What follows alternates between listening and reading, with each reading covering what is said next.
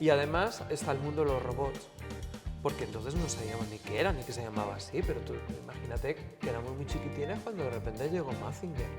El Mazinger Z para nosotros era como, ¿qué Bueno, es esto? Yo veía los Power Rangers.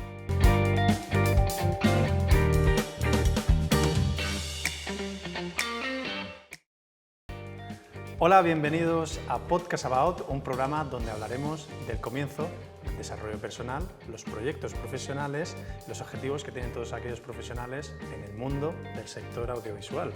Hoy tenemos a un director de cine, de teatro, también tenemos un escritor cinematográfico que de alguna manera podríamos definirlo como aquel niño que le gusta jugar, aquellos niños que tú dices, a este niño le gusta jugar, que fantaseaba también con Kaiju Eiga. Kaiju Eiga, para quien no sepa qué es, los Kaiju Eiga es un cine japonés en el que el protagonista es el monstruo, aquel que, por ejemplo, un ejemplo del monstruo, un Kaiju, sería Godzilla, aquel que ataca o protege a la humanidad. Todo esto está englobado dentro del género tokusatsu. El género tokusatsu es un género donde engloba todas las películas y series de televisión donde hay acción y muchos efectos especiales. Un ejemplo sería los Power Rangers, ¿no? Eso sería un género del género tokusatsu 100%. Pues bien, aquel niño que le gustaba jugar, que se apasionaba y fantaseaba con el universo de la fantasía de la historia interminable y el Mago de Oz es aquel director de cine, teatro y escritor cinematográfico Víctor Matellano. Hola Víctor, ¿cómo estás? Un placerazo estar aquí, sí, ¿Sí? encantadísimo. Muchísimas gracias por venir, porque yo tenía también muchísima ilusión de traer a un pedazo de director Gracias. que le encanta el terror, le encanta el western y un poquito de todo. ¿Cómo fue ese comienzo? En realidad a mí me gusta más la fantasía, me gusta mucho el western, pero me gusta mucho más la fantasía que el terror, o sea, los ¿La mundos, fantasía? sí, lo que llamaríamos. Yo recuerdo que cuando le pedí a Christopher Lee uno de los prólogos de los libros de Spanish Horror, me dijo, ¿tú qué has hecho de Drácula, terror? Sí. Y dijo, porque no era muy así, Christopher, y dice, yo no he hecho terror. ¿Cómo que no has hecho terror? Yo he hecho fantasía. Fantasía. Y de alguna manera tenía un poquito de razón que existe la fantasía. Bueno, pues todo esto ha imbuido siempre desde pequeño un poco viene un poco de dónde se forja mi yo desde muy pequeño, ¿no? Es verdad que me llamó la atención todo elemento que no tiene que ver con la realidad, que tiene que ver con lo extraordinario. Y entonces, cuando yo era chiquitín, solo había 2 cadenas de televisión en España. Estaba Televisión Española, o sea, la 1 y ¿Sí? lo que entonces se llamaba el UHF, que era la 2, que luego fue la 2. Entonces no había más que eso, y todo el cine que veíamos allí, del que más me llamaba la atención, nos ponían muchísimos westerns. Me llamaba la atención mucho los westerns porque se habían rodado en un pueblo que tú conoces muy bien y del que es mi familia. Y me llamaba la atención el mundo de la fantasía y el mundo de las criaturas y de los monstruos. Quizá también un poco por lo diferente que suponían, ¿no? El monstruo de Frankenstein, Sí. el hombre lobo, Drácula. Y empecé desde muy pequeño a hacer mis pequeños recortables. Qué bueno. Y a jugar con ellos. Y una de las cosas que más me marcó, como has dicho antes muy bien, es que la primera película que veo en el cine es una reposición de Godzilla y es Los monstruos del mar, que entonces yo no sabía ni que era Godzilla ni nada. Pero tú imagínate para un niño muy pequeño entonces, que tú ves cómo ves de repente una mezcla entre lagarto y dinosaurio, Una ¿no? bestia Más o menos, extraña, ¿no? sí, que lucha contra una langosta gigante y que hacen una especie de partido de fútbol, se tiran grandes rocas en el mar.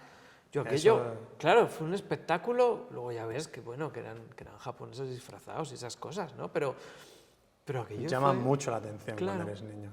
Y dio la circunstancia que en aquellos años también había una distribuidora española muy famosa porque tenía tenía una isla, empezaba con una isla en su logo, se llamaba Ízaro Films, que distribuía mucho las películas de Pajares y Esteso, pero que le dio por hacer reposiciones y repusieron al Mago de Oz. Y yo vi en el cine Roxy en Madrid el Mago de Oz, que ahora, pues bueno, lo vemos con Ultra 4D y la vemos en la tele, pero no es fácil ver cómo entonces no la habían pasado nunca por la tele, porque de hecho es una película que tardaron en pasar por la tele.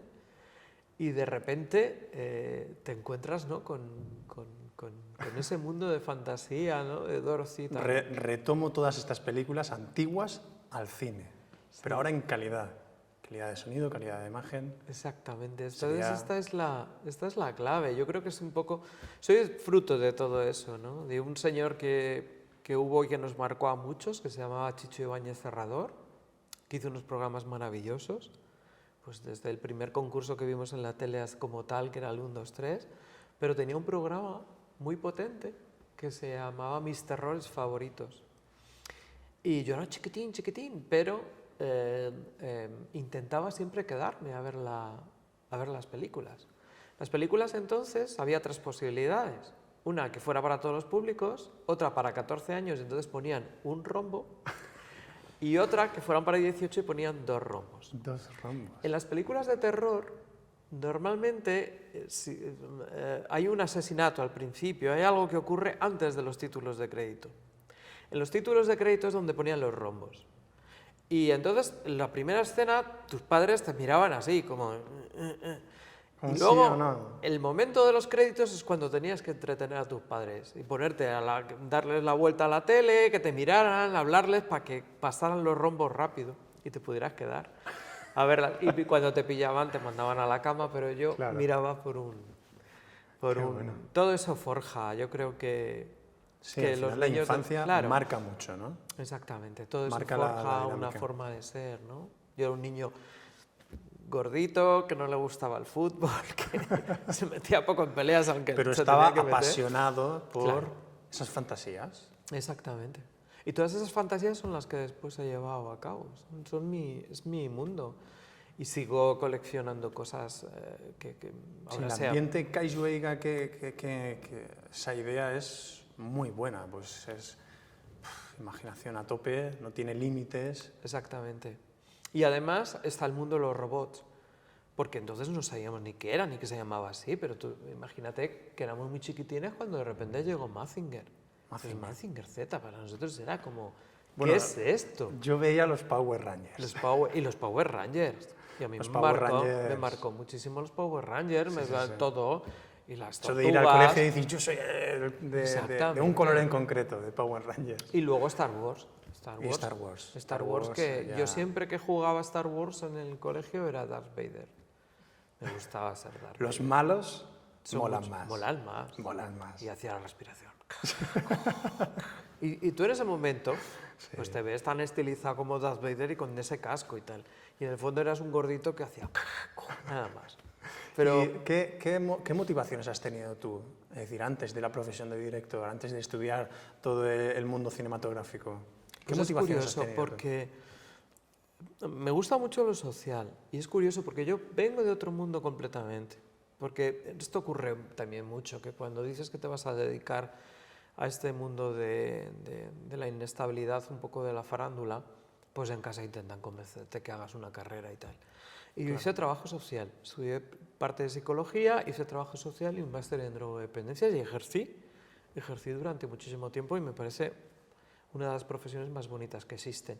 Pero yo no dejaba de tener mi pasión en todo esto. Claro. Seguía escribiendo libros porque yo he escrito libros desde muy joven y me cogía vacaciones en verano para hacer meritoriajes y ayudantías en las películas. O sea que nunca lo dejaba. Claro, estabas ahí en movimiento siempre. Claro, entonces lo que pasa que yo pensaba que eso era como un sueño de los dioses. No lo ibas a ejercer nunca, ¿no? Sí, que era como un juego, que mi profesión era lo otro y esto era como mi hobby. Un hobby, claro. Hasta que un día das la vuelta precisamente a todo. Dijiste, sí se puede hacer y dedicándome a esto ya no es trabajo. Exactamente. ¿No? Y ahí viene el problema. Porque el problema es que esto es como un veneno. Es Sí. una pasión apasionante, pero es Apasionante. un dolor dolor, doloroso. Vas como los latidos del corazón, ¿no? Exacto. Muy bueno, y luego cuando termina la peli, Esto es. ¿ahora qué? Y bueno, y otra vez. Y al llegar, el mundo de las El financiaciones, el mundo de Y- las negativas, el mundo Sí. de ¿Has tenido tú duro. algún referente desde el comienzo, Sí. antes de empezar? Siempre están, el más importante como, digamos, como concepto eran estos directores, como el caso de Chicho Ibáñez Serrador y otros directores que hubo en España, como es el caso de Paul Naschy, que luego yo a Chicho lo conocí bastante, Paul Naschy fui muy amigo suyo, muchos de estos, Juan bueno. Piquer, Jesús Franco, los he llegado luego a conocer, y otros que me han marcado completamente y los he llegado a conocer, por supuesto, como es el caso de Gonzalo Suárez, de Carlos Saura, gente que admiro, ¿no? Qué bueno. Y todos estos ellos han sido referentes. Por supuesto, también los ingleses, los americanos, pero eso los veo como muy lejos, o sea, claro que El todos día de los que mañana vimos... no tan lejanos. Claro, no, pero entonces sí se ha visto como lejos, pero claro, ¿a quién no le ha marcado Tiburón? Yo creo que es una... Sí. A mí es una de las películas que más me ha marcado. Es decir, la banda sonora... Todo. Marca todo el contexto. Empezando por... Es una película que en España se le pone el nombre de tiburón, ya sabes que es jaws, que es quijada o es mandíbula. Se le pone el nombre de tiburón haciendo alusión a una criatura que aparece 7 minutos en pantalla, me parece, 7 minutos, Sí. nada más. Pero es la intriga. Exactamente. Tú no lo ves, pero está. Pero ya lo hizo Terence Fisher, por ejemplo, con el Drácula de la Hammer. Christopher Lee en el primer Drácula salía 11 minutos. 11 Si tú minutos. preguntas, ¿cuánto sale Drácula? Sale 11 minutos, nada Es más. complicado, ¿eh? Y Darth Mantener la Vader trama. en la Guerra de las Galaxias, en la primera, sale muy poquito. Pero es que no hace falta. Es tan impactante las pocas veces que salen.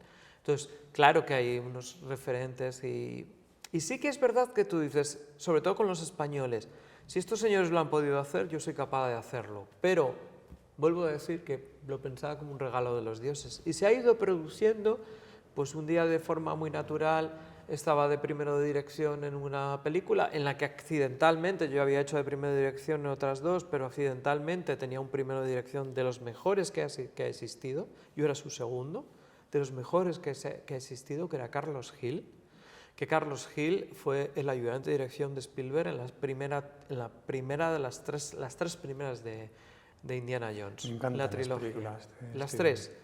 Entonces, mi primer trabajo con un primero de dirección que había trabajado a la americana y que se iba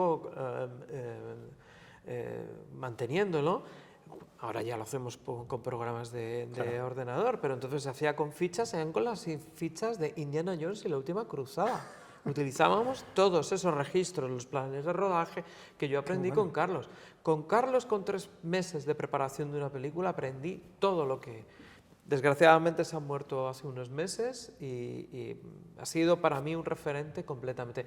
No en la cinefilia, porque era el ejemplo de un profesor que no era cinéfilo, o sea, de un profesional que no era cinéfilo, nada, era cineasta, porque luego descubres que no todos son cinéfilos.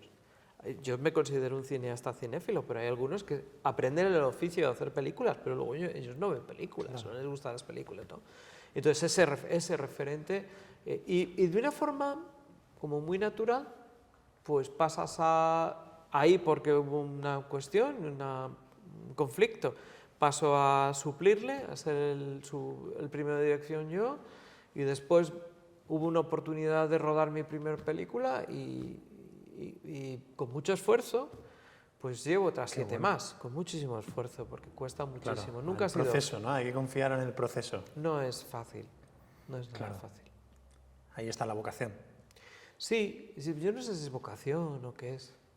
Yo creo que es, Eso- lo llamo la predestinación. Somos como que nos ha caído una losa y tenemos que hacer esto hasta el final, porque muchas veces lo hablas y ¿por qué me habré metido yo en este lío? ¿No? Pero bueno, ahí es está. Ahí tan... está desde un primer momento, sigues para adelante y te gusta. Sí, es que es como depender de algo, es lo mismo, te engancha tanto. Como algo que no dejas de olvidar, ¿no? Claro, no, tiene muchísima adrenalina, muchísima. Y cuando ruedas, como he hecho yo, películas con acción o películas relacionadas con el cine fantástico, en el que en España, desgraciadamente, no tenemos 3 cabezas para explotar, sino que tienes 2, y la segunda no es tan buena como la primera, y cuidado, no te pases. Ese subidón cuando tienes que de repente, una escena en la que se tienen que quemar 2 actores y tienes a los bomberos detrás de ti, eso, ¿no? Ese tipo de cosas, Claro. Cuando lo has terminado, pues esa gustan, subidón te mola mucho. yo recuerdo mucho siempre de los rodajes, pero las películas no, porque nunca las veo después. Pues vamos a terminar esta primera parte del comienzo y desarrollo personal. Los que estáis en casa, no tardar en volver a estar en contacto, a suscribiros al canal, porque aquí hay mucho contenido. Esto es Podcast About, yo soy Eduardo Pineda y aquí está mi compañero Víctor Matellano.